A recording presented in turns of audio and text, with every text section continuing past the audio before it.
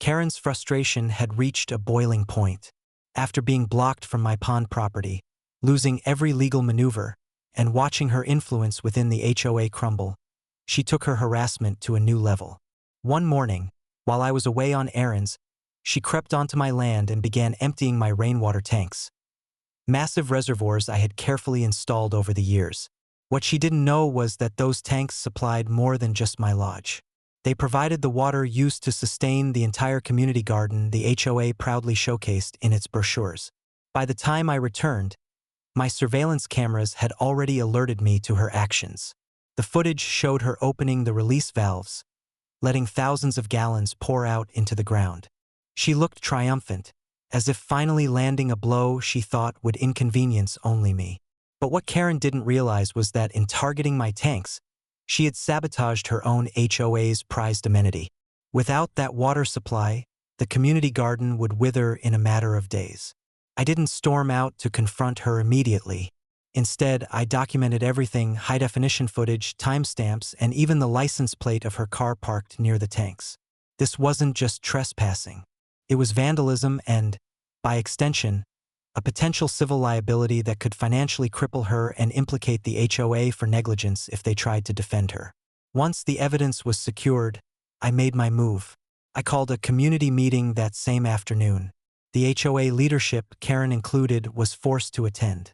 The neighbors who had once taken her side now sat in tense silence as I presented the footage on a large screen. The sight of Karen draining the tanks while smirking stunned everyone. Gasps filled the room when I revealed the second half of my presentation. Documentation showing that the rainwater tanks she had sabotaged were the sole water source for the community garden.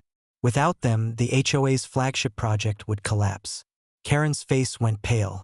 For once, she didn't have a comeback. The HOA president tried to downplay the incident, claiming it was a misunderstanding. But I was prepared for that too. I produced records showing that Karen had received written notices about the tank's purpose months earlier. This wasn't a misunderstanding. It was deliberate sabotage. I gave them a choice: either reimburse me for the damage and publicly acknowledge Karen's wrongdoing, or face a civil lawsuit with irrefutable evidence. The amount I demanded was not small. It included the cost of refilling the tanks, damages for trespassing, and an additional penalty for interfering with a critical community resource. The room fell silent. Neighbors shifted uncomfortably. Even some of the HOA board members began to distance themselves from Karen. The president muttered something about needing time to review the evidence. But I made it clear that my offer was time-sensitive. If this isn't resolved by tomorrow, I told them calmly, I'll be filing in court, and the footage you just watched will be Exhibit A. By the next morning, I had a check in my mailbox. Every penny I demanded. The HOA issued a formal apology letter, printed in their monthly newsletter, acknowledging Karen's unauthorized actions. It was a humiliation she couldn't spin, a defeat she couldn't deny. Her reputation, once ironclad among the HOA loyalists, had collapsed entirely. The rainwater tanks were refilled within days, but the symbolic victory lasted far longer. Karen had not only lost another battle, but had actively undermined the very community she claimed to protect. Neighbors who once whispered about my stubbornness now thanked me quietly for keeping the HOA in check. This episode cemented my dominance in a way no court ruling could. Karen's sabotage had been exposed, the HOA had been forced to pay, and my reputation as a prepared, strategic landowner was stronger than ever. She had tried to strike at me out of spite, but in doing so, she had dealt a fatal blow to her own credibility.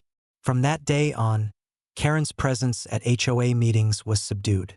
The fire in her eyes was gone, replaced by a quiet resentment that could no longer manifest as action. Every move she made was watched, every word she spoke recorded, and every scheme she considered carefully weighed against the possibility of another public humiliation.